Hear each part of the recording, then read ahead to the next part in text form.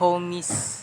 For today's video, gagawa tayo ng necklace na pang soft girl. God damn it. To, men, pang soft girl. Kasi yung plano ko dati, yung mga gantong chain. Ito yung plano ko gawin. And yung target market ko dito is yung mga goth girl, man. Goth girl. Pero ngayon, nagbago na tayo kasi tanginang tagal na ito gawin. Ang hirap na ito gawin, man. Yung chain, ang hirap gawin na ang tagal. Pero, kaya naman natin gawin. Pero mas gusto ko kasi yung madalian lang and then, yung hindi na kailangan masyado ng effort. So, yun nga. Gagawa tayo ngayon ng necklace na pang soft girl. Hindi na pang goth girl. Sunod na 'yon, sunod na. Kailangan natin, guys. Ito, syempre pendant, men. Dalawang pendant yung binili ko. Pendant ba tawag dito? Basta pang decorate po ng ina. Yun na yun. Ay, sorry, bali pala magmura.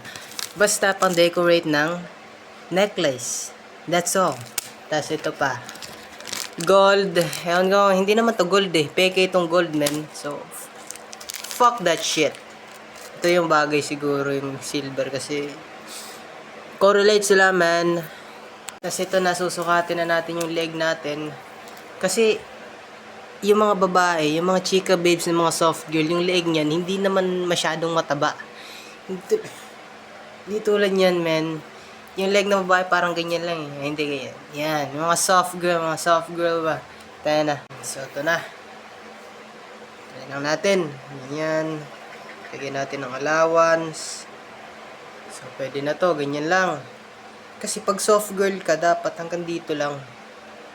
Hindi pa ako nanood ng tutorial. Chamba-chamba pa lang to. Practice, kumbaga. Yan. Ganyan.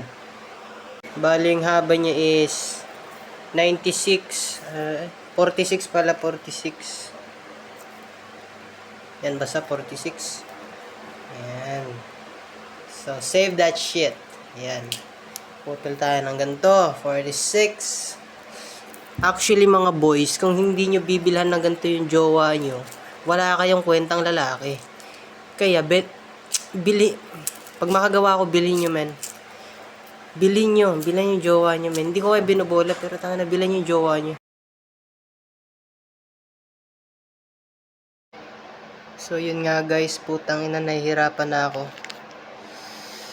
Ang unang pagkakamali, ang unang failure is ito, yung pang lock. Putang ina, laki masyado, men. Hindi correlate, kaya nilagyan ko na lang siya ng jump ring. Ngayon naman yung jump ring masyado ring mataba para magkasya dito sa Hindi siya magkasya, men. So, gagawa natin diskarte. So, yun nga, guys, nagawa na natin yung pang-connect and ito yung ginawa kong diskarte.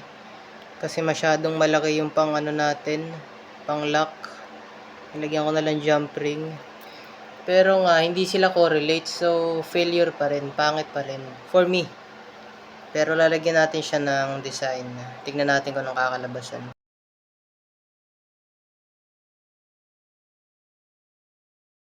Actually, guys, hindi naman siya failure. Maganda naman siya tignan. Cute lang. Pang pang shooting men. Pang soft girl. Soft girl. Pang soft girl, man. Mamaya, ipapatry ko sa pinsan kong soft girl. Tignan natin kung anong kakalabasan. Okay? So, yun nga.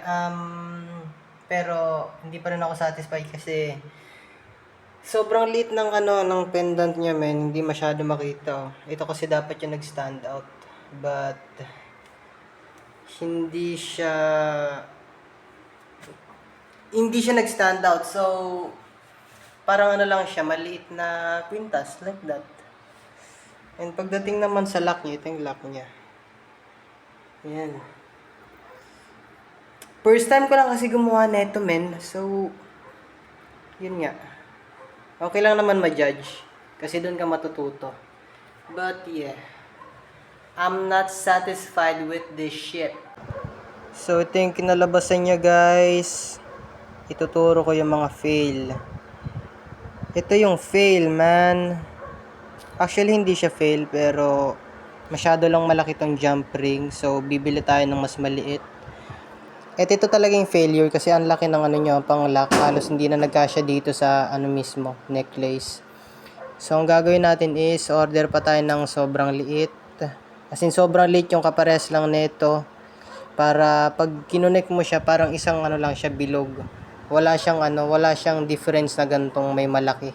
Kasi pag sinuot yan, parang ano kasi, uncomfortable. Tas syempre gagalaw-galaw yan. Tapos di mo na alam kung saan yung pendant. Kung ito ba, o ito, di ba? So, yeah. So, yan siya guys. Inalis ko na yung dalawa kasi parang sobrang laki. So, pinalitan ko lang siya ng isa. So, failure pa rin yan. Hindi pa rin to siya, hindi pa rin to siya final na product natin. So, yan. Ako muna magsusuot kasi hindi ko alam kung may bibili na ito, men, pag binenta ko. Yan. May nintay pa kasi akong ganito eh. Pero, yung gagawin ko dun, bracelet kasi mataba yun. So, ito muna. Kasi ito palang dumating. Testing pa lang to, testing. Yan.